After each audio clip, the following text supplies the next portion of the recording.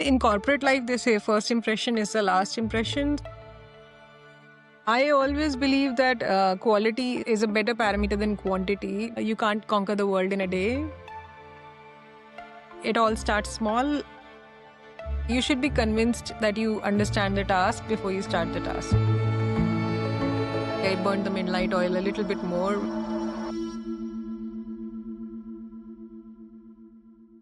The person who came out of the college was completely different from the person who entered the college.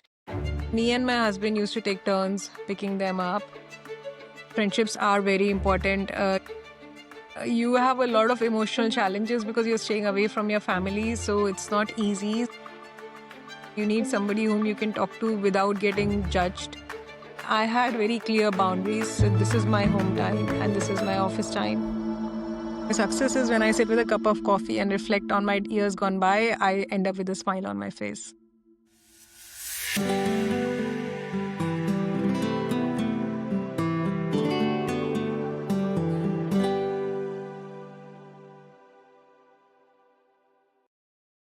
Hi, Shraddha. Welcome to Unblur the Path. Hi, Lakshmi. It's good to be here, and I'm looking forward to sharing some nuggets of wisdom from my previous experience. Oh, I'm so thrilled today to have you here. So, before we go back in the times, can I just ask you to explain me your current role for our listeners? So I work as a program lead at Royal Mail. So I work for a department in Royal Mail called data privacy. So we are ensuring that we are collecting the data which we need to. We are collecting the data only from the relevant people. So there is an organization called Information Commissioner. They have certain regulations which you need to follow to protect the data. It's so important in today's world. You lose data, you lose your identity. So I, as a program lead, at any point of time, I manage 10 to 13 projects which have the objective of complying with these IC regulations and keeping Royal Mail always ahead in terms of data privacy. So, at any given point of time, I will be managing 4 to 5 project managers who will be looking at the day-to-day working of the projects, but I will also be having an oversight on the financials, the resources which are working in the project. How do we manage? Who needs to, when we need to ramp up, when we need to ramp down, if the milestones are getting delivered in time, what are the organizational goals? Are we aligned to the organizational goals? Are there any risks or issues? So I'm basically the conduit between the business and the execs. So that's how I define my role. That's commendable. It's impressive that you are managing 10 to 13 projects at one point in time. So, when you started thinking about making a career back in the days, in your teens, did you dream of, doing this, or was it something that was very organic where you read? So, let me take you back to a time where you actually started thinking about your career. What was your thought process then? So I did my electronics engineering from NIT Jaipur, and at that point of time, I always thought that I'll make a career in computer or electronics. I got through Infosys in my campus placement, and I actually joined as a software engineer. So I was trained basically in working in mainframe, working with the languages, computer languages like students nowadays. I don't know if it's relevant, but I studied in COBOL, and that was a language which was used in old legacy systems. So I was working in that. And it was a natural progression that when I started working, I realized I enjoy planning more. I enjoy, crisis management, and I enjoy working with execs. So it was a natural transition. I worked, I think, 3 years. I worked in software engineering. Then I moved on to becoming a lead, and then from the lead, I went on to become a project manager, eventually a program lead. So it was a transition because I could see there were certain skills which I enjoyed more than the other, and I could still make use of my technical skills because if I'm overseeing something, I need to know what's going on. So if I'm overseeing the work of a technical person and I don't know what technology it is or how it is done, then it's of no use, right? It's because I can't assess if the work is correct or not. Right. So I'll take a step back into your younger days, like when you were 13 or 14, when we generally decide to, pursue a career path. Were you very clear from the very beginning that you have to be, an engineer, or you have to pursue some other profession? How did your mind work then when you were studying in your school? Okay, I think I was the most confused person because when I started my A levels, which they say here A levels, I had seven subjects. So I had biology, chemistry, maths, and I had computer science as well as I had physics as well. So I had all the subjects. So I had kept all my options open, which is not a great thing to do. If you know what you want to do and you know the subjects which you really really like, I would still suggest you keep it small because otherwise all your days are taken up just revising for subjects. So I would still say if you have a definite idea, stick to five subjects or three subjects as they say here. Here they say that you have to take a fourth subject if you want to broaden your horizon. So I took seven. And I actually gave the entrance for both medicine and engineering. I ended up actually, so mine was a very hands on thing. I did medicine for 1 month and I realized it was not for me. It was not something I wanted to pursue. And my engineering entrance was still open. So I thought maybe I will probably like engineering more. So I went for engineering and I just stayed on. Yeah, that situation can always arise that, you're not very sure what you want to do. So why not give it a try? And in your case, like you mentioned, that you did go for a 1 month training in the medical school, but you did not like, and that was a quick realization. So it's wonderful that it was quick. It didn't take 5 years of medical studies for you to realize that this is not for me. With quite a few as well. And I think that's why, which I see in today's kids, work X is really important. I always advise it because if you go and work in the real environment, it's a very different experience compared to what you do, what you imagine the profession to be. So, spending some time with the professionals, looking at a day in their life gives you a complete different perspective, and that can either weaken your resolve for that or strengthen your resolve. So, I think in my times, it was not available the work at that earlier stage, but what is available now is definitely a blessing, and I think that is something which should be done to streamline or to narrow your choices. Yes. And for the context of listeners, Shraddha has studied in India. She's done her schooling and her university and college in India. Currently, she's in London working in Royal Mail London. So, yeah, just for the context, it makes it clear when we talk about those times and those places, it means she's talking about India in those times. When you were preparing for entrances of medical and engineering, now that was double the load. How was the preparation like? What was the whole process of preparing for engineering and medical together? See, for me, it was always about knowing my subjects in depth. So I spent a lot of time looking at doing additional questions, additional exercises till the point I was sure that if anybody asks me any question on that topic, I should be able to answer. So it was a lot of additional material besides my textbooks. So that's something which I did. I even looked at past papers which were available for the entrance tests. So I tried those. And I tried those over a period of time. Like I did it first iteration, then kept on studying my subjects, and then I did a second iteration to see if my scores were improving. So that's what I did. And then I also took guidance from people who had already done the test in my community, like some elder kids, and then what helped them and incorporated that into my study routine. I think being organized really helps. Like you have a definite schedule, you ensure that none of the subjects falls off the track. Like if you're concentrating on biology, chemistry doesn't fall off the track. So you have to proportion your time properly. And how difficult were preparing for these subjects? Like, how intensive your study was? How many hours did you spend besides the school studies that you were already pursuing at that time? So, how did you balance out your preparation for the entrance exams along with the school studies? I always believe that quality is a better parameter than quantity because I used to. It's not that I didn't have any fun or I just spent hours and hours studying. I did have my Saturday weekends when I used to step out and go to maybe somebody's house or step out with a friend. But I would say that definitely I burned the midnight oil a little bit more when I was in my 11th and 12th. So like year 12 and 13 here. So I definitely spent a lot more hours. But I think I was prepared for it by that stage that these are the 2, 3 years I'll have to devote and then life will definitely be easier after that.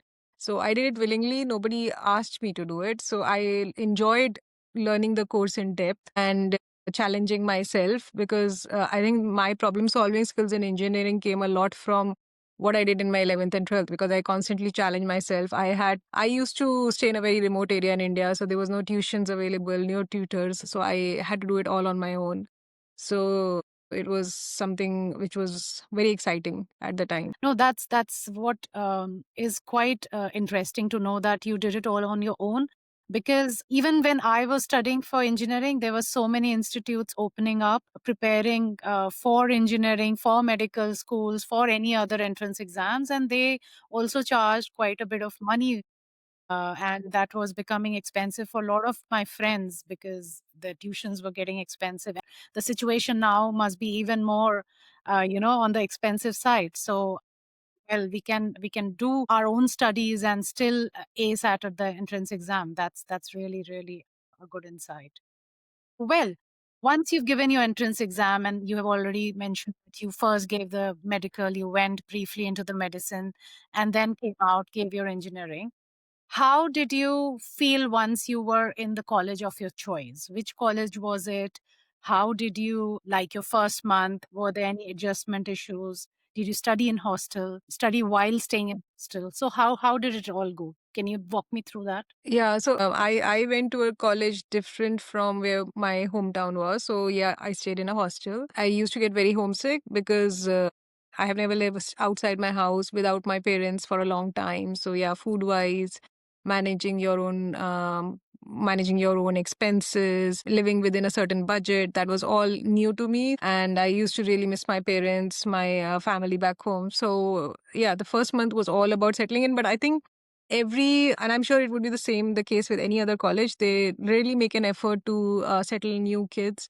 So there were some icebreaker meetings, so there were some events. There were similar people who had come from outside and had similar struggles because they were also leaving their hometown, so we could discuss with each other. And there were seniors who had gone through the same process, so they also lent us an ear to talk about any emotional support or any issues. So I think it becomes like a big community living together. I think those years in hostel have probably been one of my best learning grounds for living on my own later on. So, yeah, I was homesick, but it was one of the best experiences of my life. Very nice. Very nice to know that you took it on a very positive stride. Yes, it is a little difficult in the beginning, few months. Some people adjust quickly, some take a little longer time, but eventually we all set into the pattern of living on our own, managing our own time. Well, tell me about how did engineering school or college, as we call it in India, look like in the first year?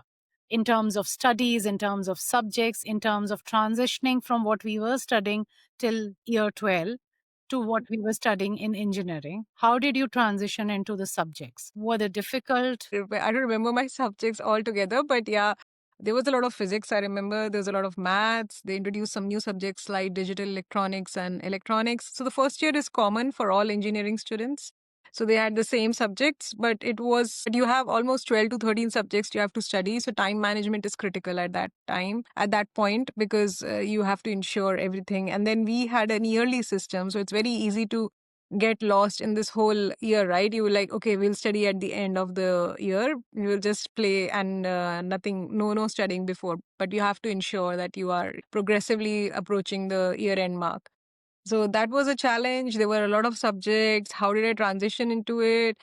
I think that's what taking help from seniors, taking help from my peers. And yeah, it was a co-ed. I came from a girls' school, so it was a co-ed for me for the first time. So that itself was an experience, interacting with people in the opposite gender. But I felt it all contributed to my growth. The person who came out of the college was completely different from the person who entered the college. So yeah. Yeah, that's so true. The person who enters the college is completely different. 4 years makes that change, and that transformation is amazing because we learn at every point, every minute of the day. You are learning something new when you're staying away from home through the professional studies. You're learning new every day. So I totally agree on that point. In the 4 years of engineering, at any point, did you feel that engineering is difficult? It is not for me? Or were there any other peers that you had who felt this way that it is not for them? Yeah, that happens with everybody at some point in time because there are subjects you don't like. Like, I didn't like core electronics a lot.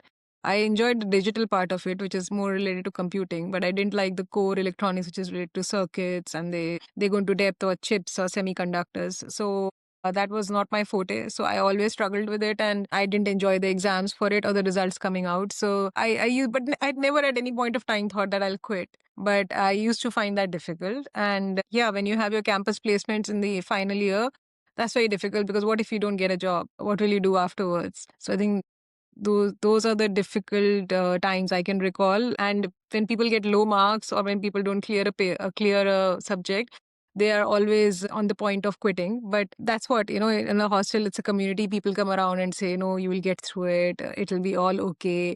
You just have to try a little bit more harder and then they will contribute. Like I remember I had a subject called machine drawing, which I used to find very difficult. And my friend used to sit and explain like she used to do all her work and then sit and explain to me in the night because we used to live in a hostel, same place, how to do it. And I slowly got better in it because she used to teach me every day. So I think in the college where you live in a hostel, that plays a very important part. Some people are good at some things, some others are some good at something. So you have to just share your skills. No, that's so true.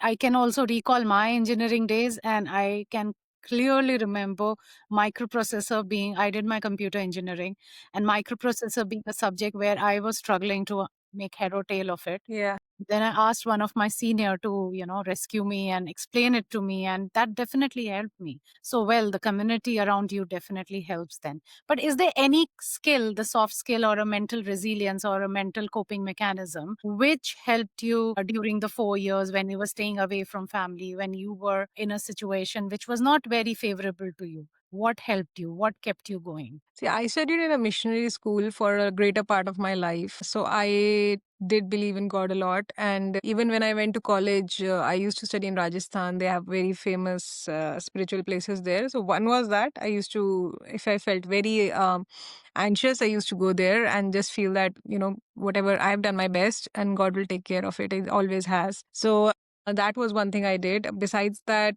what else did I did? I talked to my friends. Sometimes they would just say that let's go out for eating outside. So we just went for a trip or just sit and chat, and that used to make things better. Or maybe hearing about somebody else's problems made Yeah. my problems much smaller. So that's what. And then I think coping mechanism, I always try to maybe go to my teacher and say that, can you give me some extra questions which will help me validate that my understanding is correct? So I would do that. So I think it's all about practicing and also talking to people. So we were talking about the coping mechanisms. So I think coping mechanisms, as I said, I have multiple coping mechanisms. Like I used to talk to my friends and understand what were they facing and talk about our problems openly. And then I also looked at solutions. What could we do better? Like maybe do more practice, do more questions, talk to teachers, get advice on how I can do it more efficiently. And then the other thing I used to do is I am very spiritual by nature in the sense when I went to school, I went to a missionary school, so went to a lot of church. So when I went to my college also, if I used to get really anxious, I used to visit the temple or any spiritual place where I can just feel that I've transferred my worries over. So that's what I did for in terms of coping mechanism, and it really helped out. Sometimes just crying helped. Let you just let it out Yeah. and let it go, and then start again. And then I think resilience plays a very important role in that journey, anyways, and that's what I think I've learned a lot from my college. Never give up. That's my educational journey has taught me a lot of resilience. No, that's so nice. Thank you for sharing it so openly. What were your 4 years of engineering like? Like, how did you, as an engineer, what it teaches you? You said that when we enter, we are different, and when we leave engineering college, we are different. How were you different? So I talked about resilience. Yes. So that's one. They definitely taught me how never give up. It taught me a lot about problem solving because we had to find our own solutions. So that's there. There's no tutor. There's their peers. They are seniors, but you don't have any tutors. There only your teachers are there. It taught me a lot about collaboration because you have to work on projects in teams. So that's where I first got my collaboration skills, working in a team. You have to get financial acumen because you have to manage your own budget. You're given a set amount of money at the start of the year, and then you have to manage within that. Those are some of the skills I can think of it up front that I could learn in my engineering. And then I think that's what helped me when I went and started living on my own after finding a job. So, and I think communication skills also, because you have to meet completely new people and start making friends with them. And also you have to go through campus placements in which you have to communicate your aspirations, what you want to do further ahead in life. So communication skills also a lot. There's a lot of improvement when you are in college. Right. So let's talk about the last year of your engineering. Were there any placements that happened in your college? How did you land your first job? So I went through, I think, three placements.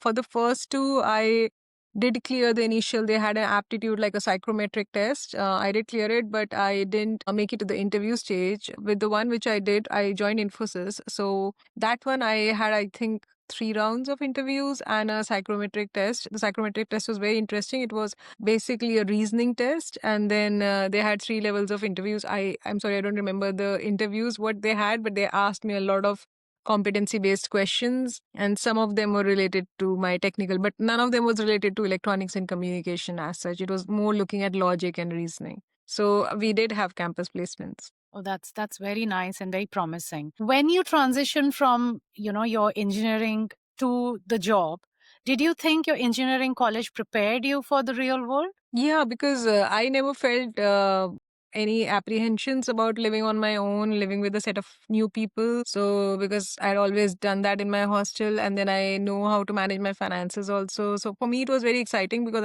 I was putting all those skills which I'd learned in hostel in a completely independent environment. It's like a kid, right? Like they're learning initially in a nursery how to spell, and then when they go to school they start using those things. So for me it was a very good way of applying whatever I had learned in college in real life. Yeah. But you mentioned that you did your engineering electronics and then you landed your first job in Infosys, which is in the IT sector. So, how did you train for the IT world? Did Infosys provide you some initial training when you joined? Infosys gave us initially 3 months of training in which they did a lot of sessions on soft skills. There are a lot of sessions on the languages which we will be using in our work. And yeah, we had 3 months of proper code training. Like it was a proper college environment. Like you had to had lectures in the morning, then we had weekly tests. So for 3 months, it was pretty similar to what I had in college. And then after that, we start on the real journey. So they do train you for, and then it can be anybody. It can be somebody in civil engineering. It can be somebody from any branch of engineering, irrespective of that. They were given the same training to continue the job. Okay. And how difficult was it to break into the field? Like when you started, once after your training with Infosys was over, you were given your first project to work on. Can you walk me through your day, how your day was like in that first few months of your first project? So I was working as a software engineer, so I was assigned a technical lead, and they used to have a set of tasks which they give to me. And then initially it was tough because the outline given was very skeletal. So there had to be a lot of digging done to understand what the task was about. And then you had to, the accuracy and the level of expertise expected in the first go was a lot. It's not like a college assignment. You are delivering something which will be used by them in a overall system. It was, the accuracy had to be much more. So there was a definitely a level of hesitation and a level of fear that what if I did it wrong? Will they ask me to leave? So I think there was a level of fear there, but it starts to get better once you see that you are doing the right thing and you get recognition for that, then it becomes better. But yeah, initially it's very difficult because you're always fearful that you're doing the right thing or not. So let's dig deeper into a situation that you just mentioned that it was not accurately given or explained to you. How did you dig further? What helped you there? Did you go and cross question your lead, or did you talk to your peers, or did you talk to any other senior to help you out? Walk me through that. So they always, in a new project, they'll always share documentation. So one approach is you just look at the task and say the questions. But I never went with that approach. I used to look at the documentation, take my own initiative to see if there is something which I can understand on my own, and then validate my understanding with my seniors. That this is what I've understood, like a reverse knowledge transfer. Is that correct? So that's one. And if I was generally stuck at a problem, I'll frame the statement that what is it I have already known, what is the unknown, and then go ahead and ask my peer colleague or my senior about that. So basically, validating the information that is passed on to you before you actually start working on the job at hand. That is a key takeaway from what you're just mentioned. Yeah, you should be convinced that you understand the task before you start the task. Yes, yes. We have seen quite a few memes around this that, someone gives you a job, and if you've not made sense of what the job is, you end up turning it into something else altogether. So it's very, very important that you understand it from the very beginning. Okay.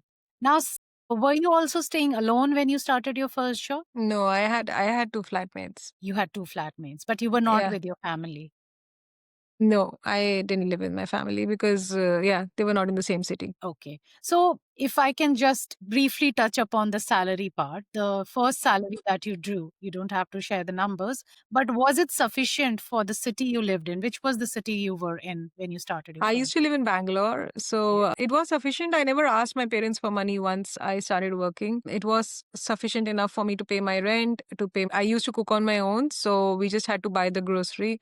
There was no cook in the house, so it was sufficient for that. And I used to step out in the weekends to go around to maybe watch a movie or to eat outside. So it was more than sufficient. I used to end up saving as well. I still remember from my first salary, I think I bought something for my parents and I bought something for my sister. So yeah, I never felt the pinch. Yeah. But that's such a rewarding feeling, right? Being able to buy something for your parents and sister. I'm sure you must be so elated. Yeah, yeah. I think I actually bought my first mobile phone, I think from my salary because till that time I didn't have a mobile phone. Oh, wow. So you did your engineering from 1999 to 2003? Yes. Okay, just for the benefit of our listeners, because we are talking about a time which is like almost 25 years back, just to give a perspective how things were back then in Yeah. India.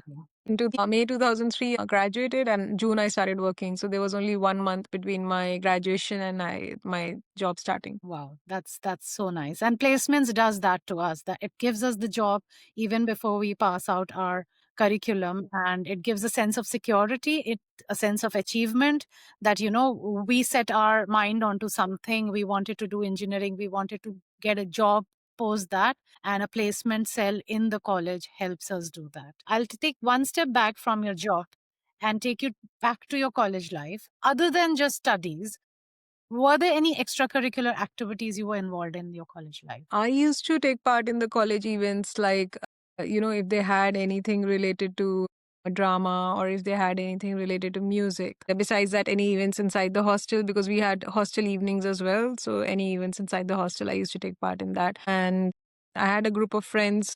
So, I used to study in a regional engineering college. So, there was all groups of states, friends amongst single states. So I had a group of friends. I used to go out with them. So yeah, that used to be my time outside my studies. Okay. And how do you think participating in events like dramatics and music helped you in your personality development? I think it gives you an option. First of all, when you actually start in a job, you can talk about these things. So, something other than your academics, when you sit on a table and talk to five different individuals, there is something else to talk to. And then also, when you spend your weekends, you can go and enjoy these concerts or you can go and see some theater. So, it gives you an avenue to de stress, to relax. So, I think that ways. And yeah, I think that's how it helps. So I'll bring you back to your office life, the first year specifically. How did you spend your time besides your office hours? What did you do other than, watching a movie over the weekend? Did you find any time in the weekdays to do any of the stuff that you liked besides going to office and coming back home? No, my first year I never found the time because the first year I didn't cook at all before my job. So it was the first time that I was cooking. So for me that itself was an exercise, maybe talking to my mom, seeing a recipe on the laptop and cooking. So that cleaning the house, managing the house on my own and getting the groceries and then doing your day job, trying to understand the job, trying to get better at it. So I don't think I had any time to do anything else. Did you find this? Like, was it thrilling? Was it painful? How would you define the emotions there? No, the first year of the job is very exciting because it's like entering a new environment altogether, and there's so much independence. You feel so proud of yourself that you're managing it. Your parents are so proud of you, and then you can see the recognition in their eyes and the happiness in their eyes that finally they have been striving all their life for you to start something like this and to become independent. So It is a very exciting time, and it's a huge opportunity. And I think I never felt at any point of time that it is painful. I was so grateful that I got this opportunity to build on my persona and also to get some money and finally see where my studies were leading me. So yeah, I never felt at any point of time it was painful. I really enjoyed it. Wow, that is so nice to know that there's a positive perspective of looking at it. Some people who I have spoken offline and not on my podcast really are not very happy with, what they are getting into, what they have got into. The best way to look at it is being grateful for what you have got. The way you have reached that point is a testimony to all that you have done when you are at this stage of your life. So, yes, kudos for that. Walk me to your first 5 years. How did you progress in your career? How did the progression look like?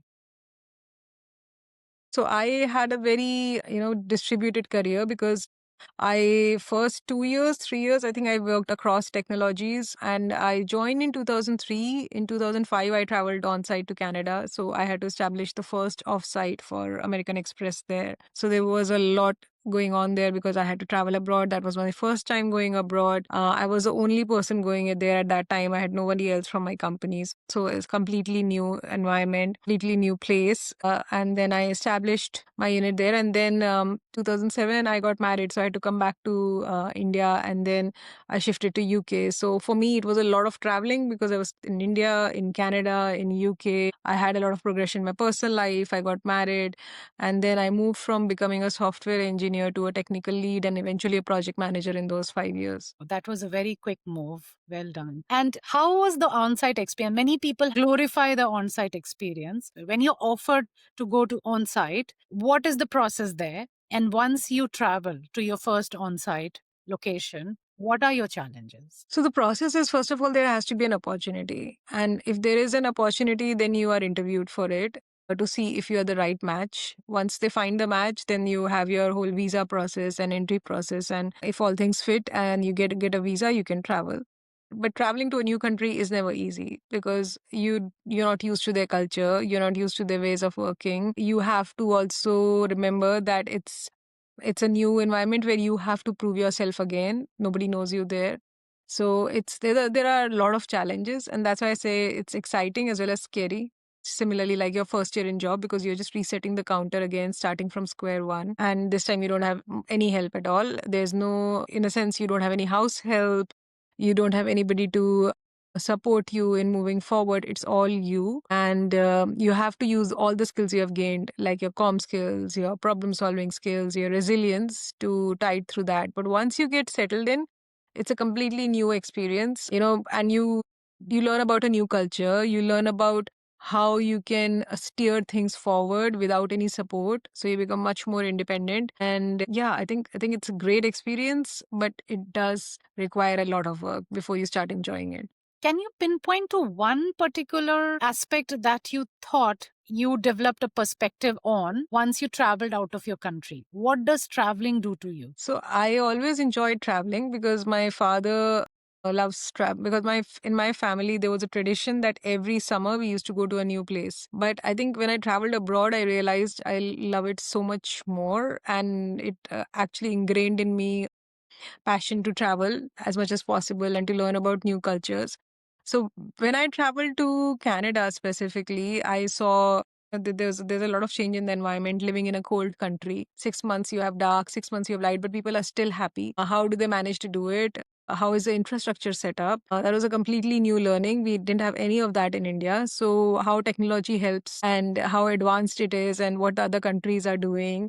So it gives you a completely new outlook on life. And Canada is a developed country compared to India, which is still developing. So it had all the latest innovations, all the latest advancements. So it was great to see. And then it was very safe also. So to see that women's safety was so highly evident there. So that was something again which I found very pleasing. So there's always something new to learn when you travel. So it gives you a new perspective. It makes you more aware of things. It makes you understand what is it you aspire in life for. And yeah. That's what I think. That's wonderful perspective. Tell me one thing. How does presentability important in a career like yours? We learn certain things in the engineering college. Then we learn some certain things in our first few years of being an engineer Hmm. or being a software engineer. Then we travel abroad. We see other things. How all of this has kind of made your understanding on presenting yourself? What is your perspective on that? So in corporate life, they say first impression is the last impression. So I don't believe first impression is the last impression, but it does affect. So basically, just imagine you're going to meet somebody, he or she doesn't know you at all. So, what is it the first see? How much time you have spent on dressing up? In the sense, have you, and dressing up doesn't mean you wear a glittery dress or you wear a shiny dress or you dress up like for a party, but it should show that you're not wearing any too bright colors. You wear some neutral colors so which don't distract the conversation. You're wearing formals like you wear trousers and shirt, or you wear a coat and a blazer dress. So something like that which shows the level of sincerity you have. You've done some preparation for the meeting. You know that appearances matter, and you've taken out some time basically to do some groundwork before coming in. So it all shows how much importance you are giving to the whole engagement. Yeah, that's So that's a very good perspective. How much importance you're giving to that particular meeting is shown in how you're dressed up. Well, many people think it's all about appearance, but no, this is a perspective that people should carry. That the importance is to the meeting, and it shows in your presentation and yeah, presentability. yeah. That's so true. That's so true. What was the biggest challenge you saw in the first 5 or 6 years of your life I think in your job? biggest challenge is that you have to constantly recalibrate, right? Like I'm doing a software engineer role now, then I'm doing a technical lead, then I'm doing a project manager. Then for me, it's also about changing locations. The way of working in Canada was completely different from the way in working in UK, and so that was a challenge. And then I think, yeah, for me, moving across countries, calibrating my skills again and again, getting the requisite skills so that I can do my job nicely, and establishing comms with new people all the time. That was the most challenging part of it. You did mention in one of your answers that you got married in 2007 Yes. and you came back from Canada to London. Am I I right? actually went from Canada to London in 2007 starting, yeah. And in 2007 and I got married, and 2008 I shifted to London. Okay. So, did marriage have any impact on your career or you just went on with your career as it is? I think marriage actually, at least till the time you don't have kids, it helps you because you have two people who are living together who are cordial with each other. Otherwise, you don't have an option on your flatmates. You just get anybody and you have to make do with it in the sense adjust and adapt. But when you get married, you're on a common ground, and you can share your problems. You can work together. If, today I have a meeting which will take a lot of time, my husband can probably cook, or similarly, if I have a problem, I can talk to him very easily. Or we were in the same field, so we could take advice also from each other. So I think marriage helps rather than being a blocker till the time you don't have kids. And we'll come to that discussion as well. But before that, through your whole process of doing the engineering and your career till your marriage, you stayed with friends or you had friends around you. You have, of course, mentioned that, you use them as a sounding board, you talk to them on your emotional aspects and stuff like that. If you can go into a little bit of detail of how friendships mattered to you during all these phases of your life. See, as I said, you have a lot of emotional challenges because you're staying away from your family. So it's not easy. So you need somebody whom you can talk to without getting judged, without getting, you can just talk to them and let out everything. So friendships are very important. You sometimes get stuck in a crisis, and you need to have that number on dial. Just call and say, I'm stuck. Can you help me out? So there you have friendships. You want to just you're not feeling good about something, and you just want somebody to step out with, and or maybe somebody to do something to make you happy. Then, and because friends understand, they will find out a way.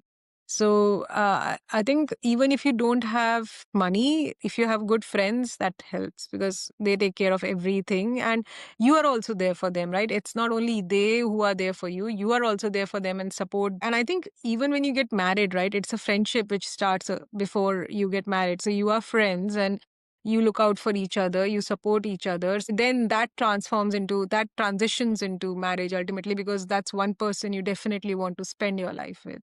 So it all starts with friendship. That's a foundation for everything in life. Yeah, that's so true. And such an healthy way of looking at friendships and marriage. Well, moving on, once you were in London, how did you adjust to another country? Did you look for another job? Did you get placed in your previous job?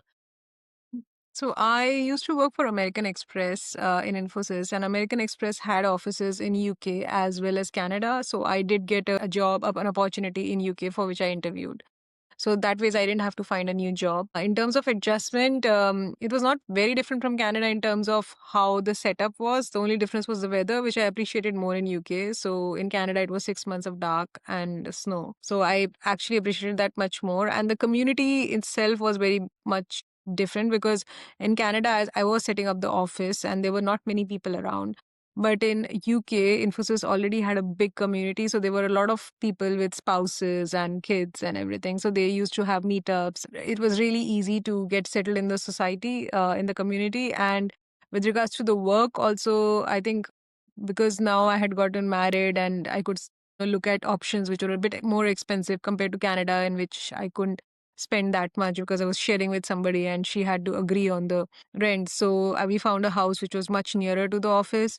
So I could spend longer hours in the office and I could actually learn about the work more easily. And yeah, I think it was much easier to do it in UK because my husband was around. He used to help me out. And then, as I said, the community was also there. So settling in socially was also very easy. So, professionally, at this point in time in UK, what roles were you in? What were you handling in American Express? So used to do the project manager work. So, like planning for projects, understanding what were the pain points from the business, and also drafting the plans and taking care of tracking the milestones, looking at what was the spend, updating my program manager, and resolving any risks and issues, escalating it at the appropriate time. So that was my role and I used to take care mainly of infrastructure projects for Amex. Okay. And if you can briefly touch upon a day's work, like once you reach your office at that point in time, how did your day look like? Just for the benefit of our young listeners, that a project management job looks like this. I mean, every day is different, I get that. But Yeah. briefly, how does a day of a project manager look like? See, first of all, you start with emails and you look at if there are any burning issues which you need to prioritize over all your other tasks. So that's one. Then you look at for a project manager, the project plan is a Bible. So they will check their project plan. They'll see that whatever was planned up till now has been achieved. The rest is on track. Are there any risks or issues? Then for the future, what are the meetings which have to be done? Is there any communication which is missing? Is there any issue which the team is facing? Then have a meeting with your team to understand how they are progressing. Are they facing any roadblocks and what's the status? So, like stand ups. And then, you keep on recalibrating the plan in terms of what next. And then have conversations with your execs on what has been happening, update them, and then look at the governance in the sense what is the meetings coming up for overall governance of the program. Maybe you have to report into them, like provide the status on the project or provide the status on the financial resources. So pre-prep for that ahead of it. So those used to be my tasks. And who are the stakeholders you generally work with? His stakeholders here are people who we generally interact with or are sometimes answerable to as well. So, who were the stakeholders that you were working with on a daily basis back then? I used to work with the business director in Amex who used to bring the projects. I used to work with the team within Infosys who was doing the work. So that had the technical lead, that had software engineers. And I used to work with the various service providers who used to help Infosys in delivering the task at hand. So it would be maybe something like infrastructure, it would be like an HP or an IBM. So there were other providers as well. So, and then with procurement to get any new work assigned or to get a new purchase order or to get any new supplier on board.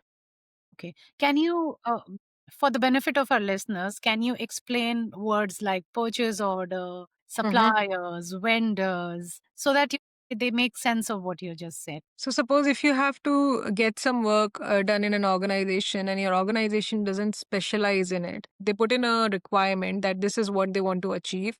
And they ask for proposals from parties who are specialized at it, that go ahead and say, tell us what you will do and how much money you will do and how much time you will do. So then the suppliers will submit the proposal. Then there's a scoring which is done by the business directors and the techies in the organization to evaluate those proposals. And then finally, a supplier is selected. And then a purchase order has to be submitted in the procurement system to bring that supplier on board. So we are saying that we are formally bringing you on board and we are signing an agreement that we will pay you for your services and this will be the schedule of the payments. So that's how it works. Yeah. Okay. Thank you. Thank you for explaining that. So, if I can make you think on one of the most challenging part you did at that point in time, and how did you overcome that challenge? There were specific processes which we did for the suppliers, like we did some site reviews, we did some technology due care, like assessing whether they were secure enough. And I had never done anything related to cybersecurity before that. So for that aspect, I had to actually think of a lot of questions, look at the literature, ask my manager who had done it in the past, and then get to do it. So for me, it was a completely new line of work. So, learning and talking to people who were knowledgeable helped you to get through this point. That makes a lot of sense. Now, let's bring you to your current role and let's speak about your transition from the project management role in American Express at that point in time to your current role. Can you walk me through the whole path? And just to understand how your progression from a project manager to a program director happened. So I worked through various roles after Amex because I left Amex after a period of 13 years.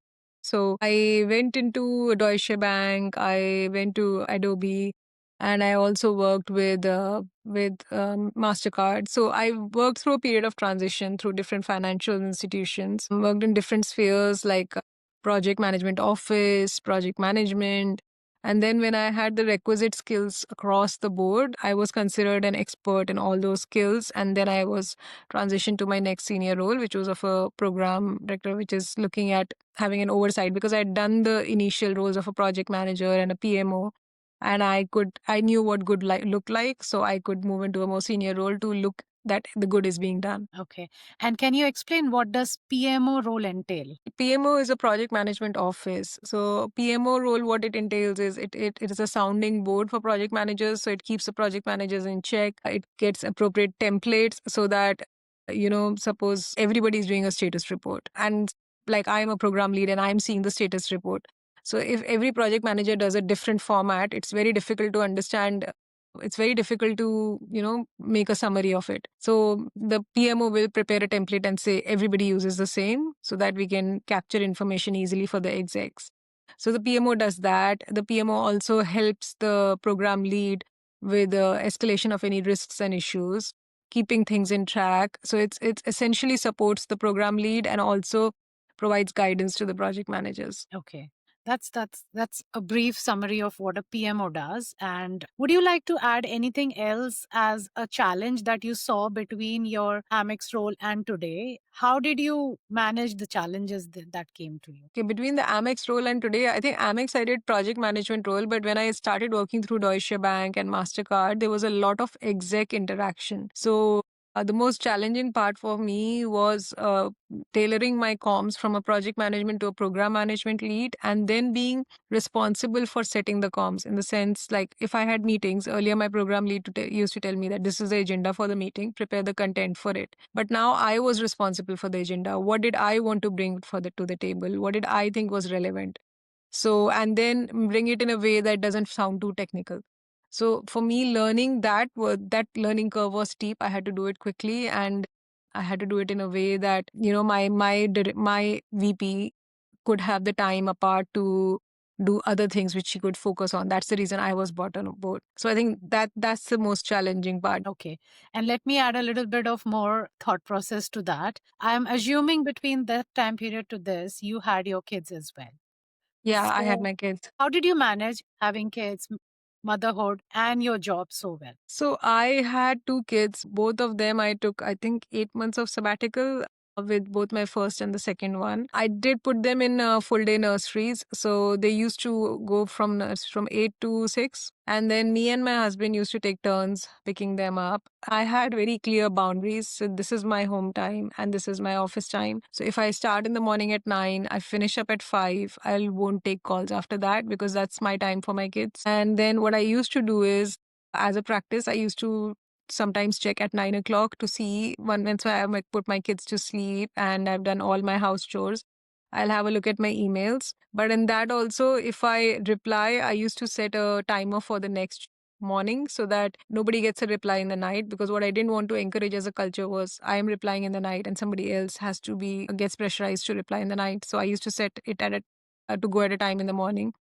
Well, that's what I used to do to make my mornings easier, because I had to drop off my kids to the nursery or the school. So I used to look at my mails in the night. But I had very clear boundaries that this is my time with my kids and I don't want to be answering any calls. So everybody knew and everybody respected that. That's very nice insight into how you set your boundaries, and of course not mislead even others to be pressurized to work for you at an odd hour where it Yeah. is not a burning issue. But were there any exceptions when you did have to work a little out of your normal hours, or did were you able to manage it with this? I think most of the times I did, but sometimes there was a release or there was something critical, which was for which I was supposed to be working beyond my office hours. Of course, it was not a regular assignment. And then I used to coordinate much ahead with my husband that he will be taking care of the kids at that point of time. Or if I had to travel offsite, we had offsites at certain times in which the team used to go for outside the office to a particular location, discuss the strategy for next year. So we used to have that, but it was all pre-planned. It was not something which used to come in one day, like you have to be there next day. So no, most of it I could do it as long as it was planned. Well, that is very nice to know your journey from your college days to your current life and all the personal priorities that you could take care along with your job. Let's reflect back a little bit, and let me start by asking you, if you had to start over today, would you choose the same path? I would probably choose the same path, but I think for a period of time when I had my kids and I did take it easy for a while, in the sense 5 years of my life. Think I had a lot of opportunities which I let go because I wanted to have a more comfortable life and I didn't want to get into it too intensely.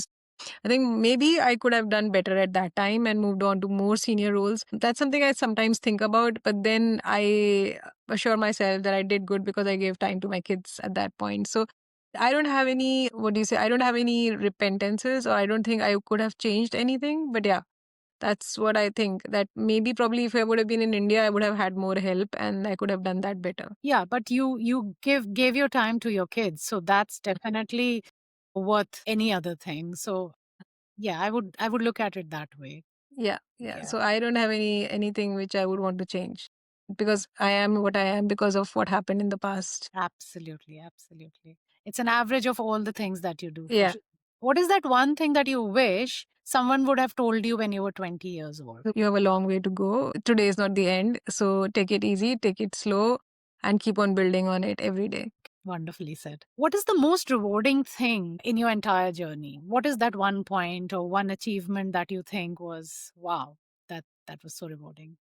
I think it's any project of mine when it used to get launched and you see the effect it has, you always feel pleased about the whole experience. So I can't single out a single project, but I think any project which I did and was achieved its objective, it gave me a feeling of satisfaction that whatever we had labored for has come to fruition. And I think maybe my time at Deutsche Bank, we were developing a completely new digital platform. So that was a learning ground for me, as well as using my project management skills, because I wasn't aware of digitalization till that time. So for me, that was probably the most satisfying experience. That's wonderful to know. In your experience, since you've switched quite a few companies, do you think it helps, or does sticking to one company would have made any difference? So my perspective is, if you're in a company and changing roles, it's same as switching a company. Yeah. So either you switch roles in a company or you move across companies to move forward to grow. So even if you're in the same company but you move across roles, that's great. So, how does moving companies affect your career progression in terms of adjusting to a new culture? because that comes as every company has a different culture to work in. Does that hinder? Does that take time to learn or adjust to? That's only for the first few years of your life, because once you've mastered that skill, right, adapting to very quickly, you don't find it difficult when you switch organizations. And of course, when you switch organizations, like you have to work 10 years down the line, you know what kind of organization you're looking for. So when you give that interview, you ask the relevant questions so that you know what you're walking into. It's not blind. So it helps. And you research about the organization, you try to talk to people who have worked in the organization. So it's much more informed when you into that setup. So I think that makes a difference. Experience teaches you how to do it. And what do you think is that one skill that has been your asset in your profession? Okay, I'll just go by what my managers say. They say I have a lot of patience and a lot of calm. So probably that's the asset I have. It's very difficult to irritate me. So yeah, maybe that's what has worked the best for me. So a lot of patience, a lot of calm, and my analytical abilities. I get things very easily. So I think that was a comment I've always got, that when I join something new, it takes me very less time to understand. And that has also helped in your adaptability, isn't it? And I can see the calm throughout the podcast. So I can also add to that for sure. Yeah, I just take things as they come, and I don't take a lot of stress. That's so nice. It's actually an asset not to take stress, because work environment can get stressful at many times. But if you maintain a neutral stance to it, it becomes really, really easy. Like you have also mentioned, it becomes quite easy. Yeah, and I think it also affects the person who you're interacting with, because if you're too stressed, it transfers to them. So if you show a sense of calm, then they think that okay, this can be managed. I think we can do it, and it's a body's response, right? It's flight or fight. So if you are fighting, they won't be able to concentrate on the solution. But if you are calm, it's much easier to concentrate on the solution. And as a leader of the team, it is very important to have that, because then it trickles down the whole team, and the culture of the team becomes a very, stressful, or knee jerk reactions can be expected from everyone around you. So that's definitely an asset to have for sure. That brings us to the end of most of the questions that I had, but definitely I would like to have a rapid fire round with you to know you better. Mhm. Yeah, go ahead. One book that has influenced your career. Or The Alchemist. If Wow. you, what do you say, that if you are really passionate about something and you try your best, the universe does support you. And I believe that for a long time. Probably Atomic Habits. Okay. So it all starts small. You can't conquer the world in a day. So make small habits and then build up on it, and you will have a much more efficient or effective lifestyle. One thing that you think every student who's aspiring to be on your path should know. Planning and communication skills. That's the main thing. Yeah. Okay. And how does it help? I know you've touched upon it, but just Com skills, even if you don't know anything and you have good com skills, you can get the requisite information. And planning, a project manager is nothing without planning. If they can't plan ahead, or if they can't list down the activities and make it granular, you won't be able to run the project. amazing. Your career in one word. Resilience. Amazing. One life skill that has helped you the most in all your roles. Always show up no matter what. So, yeah, just to show up every day, that's helped me a lot. What is your guilty pleasure after a long day at work? I'll just sit and watch TV. Amazing. What's the most misunderstood thing about your profession? That's too easy. Anybody can do it. I can concur that. Sometimes even I've been told that. A quote or mantra that you live by. Live life queen size. That's mine too. I feel. Advice to anyone considering your career. Go for it, and go for it without any fear. Learn on the job, off the job. It's not easy, but it's not difficult either. What does success look like to you? Okay, success is when I sit with a cup of coffee and reflect on my years gone by, I end up with a smile on my face. Brilliantly put, Shraddha. It was Thank you. brilliant to have you here and discuss your life and career's journey, because everyone's perspective is different on how they look at their life and career. And it was exceptional to know yours. So thank you for Thank coming. you. Thanks for giving me the opportunity. I was happy to share it with anybody who watches the podcast. And as I said, if you have any queries about project management or program management, I'll be happy to answer. That's a great offer. Thanks again. Okay. Bye. Thank you. Bye. As we wrap up today's conversation, Shraddha's journey leaves us with a powerful reminder. Careers are shaped through twists, pauses, and progress. But consistency, calm, and commitment compound over time. From a BTech in electronics to roles spanning project manager, program manager, and director level leadership, Shraddha has spent over 2 decades in program management, leading complex, high impact initiatives across global organizations and major financial institutions.